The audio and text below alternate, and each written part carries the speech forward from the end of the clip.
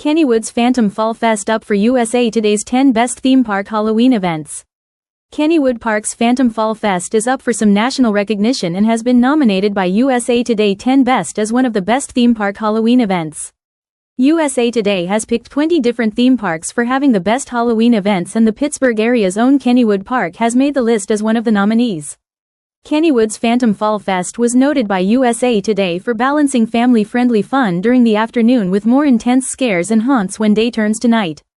After the sun sets, traverse 6 sinister haunts and 4 scare zones filled with full-on frights, USA Today said. Kennywood's Phantom Fall Fest has been nominated for USA Today's 10 Best Theme Park Halloween Events in the country. Kennywood Park. Online voting for the best theme park Halloween event is open through September 22. You can vote once per day. The winning theme park will be announced on October 1st. Phantom Fall Fest debuting new haunted house this season. When this year's Phantom Fall Fest gets underway next month, Kennywood will be debuting its new, detached, haunted house, which the park says will have next-level scares. Kennywood detailed how guests will make their way through the new haunted house that will be set in a terrifying toy store of the Puppet Master. We are taking terror to a whole new level in 2025 as we debut our newest and most horrifying haunt ever during Phantom Fall Fest, Detached, said Ricky Spicuzza, Kennywood general manager. With the longest event run in Kennywood history and the debut of Detached, we're delivering next-level horror and thrills you won't find anywhere else in Pittsburgh. When is Phantom Fall Fest? Phantom Fall Fest will run select days from Friday, September 12th through Saturday, November 1st.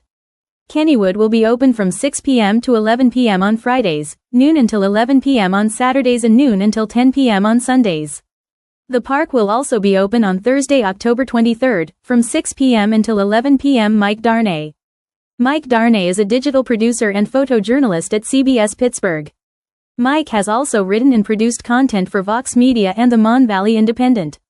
He often covers overnight breaking news, the Pittsburgh Steelers and high school sports. How an Oklahoma denim maker supports creating American-made jeans.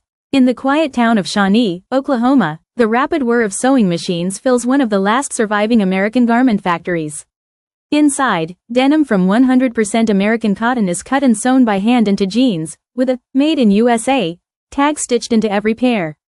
Founded in 1903, Roundhouse Jeans is Oklahoma's oldest manufacturer.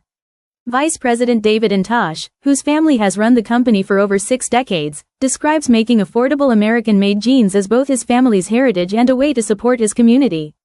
Our #1 goal here at Roundhouse Jeans is to make affordable American-made jeans that the average American can buy, explained Intosh, who prices his denim pants at just $70 a pair and says he pays his employees above market wages.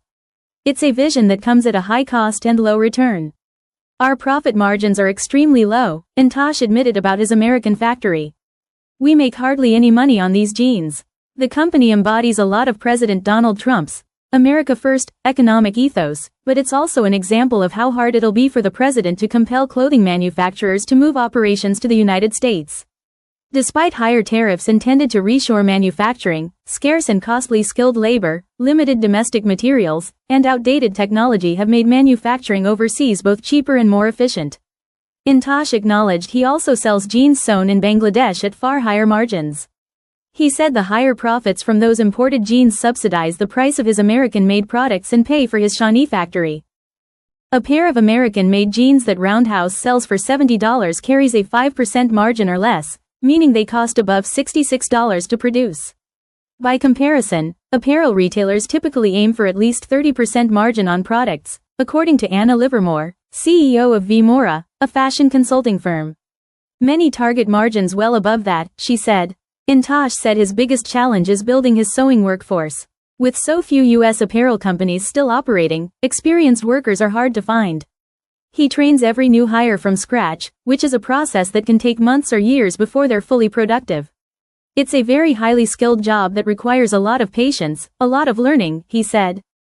Hurricane Erin triggers large waves, closes beaches across the East Coast. Updates. Hurricane Erin slowly moved northward on Tuesday, triggering rough surf and dangerous rip currents along the East Coast that have already resulted in dozens of water rescues, swimming bans, and beach closures across the region. Hundreds of thousands of beach-going tourists were keeping a watchful eye on the massive hurricane as Erin was expected to produce life-threatening conditions for the Atlantic coast from central Florida to Canada. The National Hurricane Center urged beachgoers in those areas to follow advice from lifeguards, local authorities, and beach warning flags. Evacuations were underway along parts of North Carolina's Outer Banks, a big draw for vacationers every summer. North Carolina Governor Josh Stein declared a state of emergency Tuesday afternoon, to assist with the response and to mobilize resources. With Aaron's predicted storm surge and waves of over 10 feet, the National Weather Service advised people in the Outer Banks to stay out of the ocean to avoid deadly surf conditions expected through at least Thursday. Tropical storm conditions were forecast to arrive by Wednesday evening or night, the National Hurricane Center said. The storm surge will be accompanied by large waves, leading to significant beach erosion and overwash, making some roads impassable, the Hurricane Center said in its key messages at 11 p.m. Eastern Time. Tropical storm conditions were also possible along the southeastern coast of Virginia, where a tropical storm watch was in effect, on Thursday, according to the Hurricane Center. The agency advised interests in the mid-Atlantic and southern New England coasts to monitor the progress of Aaron due to potential strong winds on Thursday and Friday. Aaron was downgraded to a Category 2 hurricane earlier Tuesday but remained powerful, driving sustained winds of 100 miles per hour by late night. Aaron was moving north-northwest at nearly 12 miles per hour, the National Hurricane Center said in an 11 p.m. Eastern Time advisory. The storm appeared to be making the long forecast, slow cruise northward hundreds of miles offshore and no U.S. landfall was forecast. Still, Aaron's large and expanding wind fields mean storm-driven waves, coastal erosion, and high seas are expected to batter areas of the coast, especially along the Outer Banks, the barrier islands that fringe the coast of North Carolina. Trump's 50% tariff on India kicks in as Modi urges self-reliance. Donald Trump's steep 50% tariffs on India have kicked in, weeks after the U.S. president issued an executive order imposing an additional 25% penalty on India over its purchases of Russian oil and weapons. This makes India, one of the U.S.'s strongest partners in the Indo-Pacific, among the countries hit with the highest tariffs in the world. This could deal a blow to exports and growth in the world's fifth-largest economy, given that the U.S. was, until recently, India's largest trading partner. The tariff setback has sent the Indian government into firefighting mode. Earlier this month, Indian Prime Minister Narendra Modi made a promise to cut taxes to mitigate their economic impact. He has also urged domestic self-reliance. He said that a Diwali gift in the form of a massive tax bonanza was on its way for the common man and the millions of small businesses that power Asia's third-largest economy. Wearing a bright saffron turban and addressing crowds of spectators from the ramparts of Delhi's Red Fort during Independence Day celebrations, Modi also urged small shop owners and businesses to put up boards of Swadeshi, or Made in India, outside their stores. We should become self-reliant, not out of desperation, but out of pride, he said. Economic selfishness is on the rise globally and we mustn't sit and cry about our difficulties, we must rise above and not allow others to hold us in their clutches. He has since repeated these comments in at least 2 other public addresses this week. For many watching, this is clearly aimed at countering Donald Trump's brutal 50% tariff rate on India, which will disrupt millions of livelihoods across the country's export-driven industries that supply everything from clothes to diamonds and shrimp to American consumers. Amid the blow, Modi's message to his countrymen has been loud and clear: both make in India and spend in India. The former has proved increasingly difficult, with the share of manufacturing as part of India's gross domestic product, GDP, stagnating at 15% levels, despite his government rolling out subsidies and production incentives over the years. But spurring long-pending tax reforms that immediately put more money into the hands of people could help the government soften some of the blow, experts say. And so, after a $12 billion income tax giveaway announced in the budget earlier this year, Modi is now aiming for an overhaul of India's indirect tax architecture, a reduction and simplification of the goods and service tax, GST. GST, which was introduced 8 years ago, replaced a maze of indirect taxes to reduce compliance and the cost of doing business. But experts say it has too many thresholds and exemptions, making the system extremely complicated. They've repeatedly called for it to be revamped. Now, Modi has promised precisely that, with India's finance ministry putting out a proposal for a simplified 2-tier GST system. Combined with the income tax cut in place from April 2025, the GST rate reforms, likely worth $20 billion US dollars, 14.7 billion pounds, should together provide a meaningful push to consumption, analysts from Jefferies, a U.S. brokerage house, said after the announcement. Private consumption is a mainstay of India's economy, contributing to nearly 60% of the country's GDP. While rural spending, supported by a bumper harvest, has remained strong, demand for goods and services in cities has continued to slow down due to lower wages and job cuts in major sectors like IT, post the pandemic. Modi's fiscal stimulus, or tax cuts should help ensure a consumption recovery, according to investment banking firm Morgan Stanley. It will push GDP up and drag inflation down. This is particularly crucial amid headwinds from ongoing global geopolitical tensions and adverse global tariff-related developments that might impair external demand, Morgan Stanley said. Among the sectors most likely to benefit from the tax breaks are consumer-facing ones such as scooters, small cars, garments and even things like cement that goes into making homes, where demand typically picks up pace around Diwali. While the specifics are unknown, most analysts estimate that the revenue loss on account of a lower GST would be offset by surplus collections of some taxes and higher than budgeted dividends from India's central bank. According to Swiss investment bank UBS, the GST cuts will also have a larger, multiplier effect than the previous corporate and income tax cuts undertaken by Modi, as they directly affect consumption at the point of purchase, potentially leading to higher consumer spending. Modi's tax handouts could also increase the probability of a further interest rate reduction by India's central bank, which has already slashed rates by 1% in the past few months, something that is likely to spur more lending, according to analysts. This, along with a boost in the salaries of nearly 5 million government employees and 6.8 million pensioners that kicks in early next year, will help India's economy retain its growth momentum, they say. India's stock markets have cheered these announcements.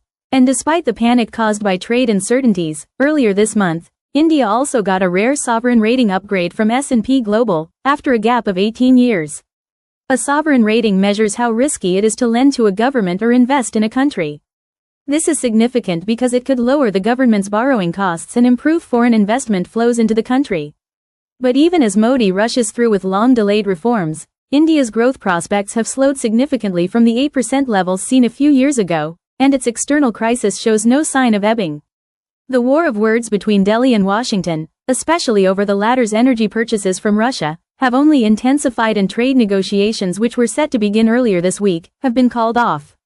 Meanwhile, at 50%, the tariffs on India are akin to a sanction on trade between the world's biggest and fastest-growing economies, say experts, a scenario that would have been unthinkable even just a few months ago. South Korea bans phones in school classrooms nationwide.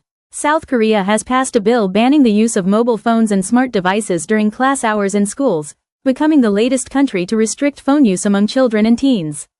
The law, which comes into effect from the next school year in March 2026, is the result of a bipartisan effort to curb smartphone addiction, as more research points to its harmful effects. Lawmakers, parents and teachers argue that smartphone use is affecting students' academic performance and takes away time they could have spent studying. The ban has its skeptics, including students, who question how it would work, its wider implications and whether it is addressing the root cause of addiction. The bill passed convincingly on Wednesday afternoon, with 115 votes in favor out of 163 members present. Most South Korean schools have already implemented some form of a smartphone ban. And they are not the first to do so. Some countries like Finland and France have banned phones on a smaller scale, applying the restriction only to schools for younger children. Others like Italy, the Netherlands and China have restricted phone use in all schools. But South Korea is among the few to enshrine such a ban in law. Children these days just can't seem to put their smartphones down, says Choi Eun-young, mother of a 14-year-old in Seoul. It's not just children though. Nearly a quarter of the country's 51 million people depend on their phones too much, according to a 2024 government survey. But that figure more than doubles, to 43% for those between the ages of 10 and 19. And it has been rising over the years. More than a third of teens also say they struggle to control the amount of time they spend scrolling through videos on social media. And parents fear that this is getting in the way of everything else they could be doing with their time. When they go to school, they're supposed to study, but also build friendships and take part in various activities. Yet they're unable to focus on those things, says Ms. Choi. Even when they're chatting with friends, they quickly go back to their phones, and naturally this interferes with learning as well. Some parents, like Kim's son, whose 2 daughters are in primary school, are also worried about bullying on social media, where kids throw around unthinkably harsh insults at each other.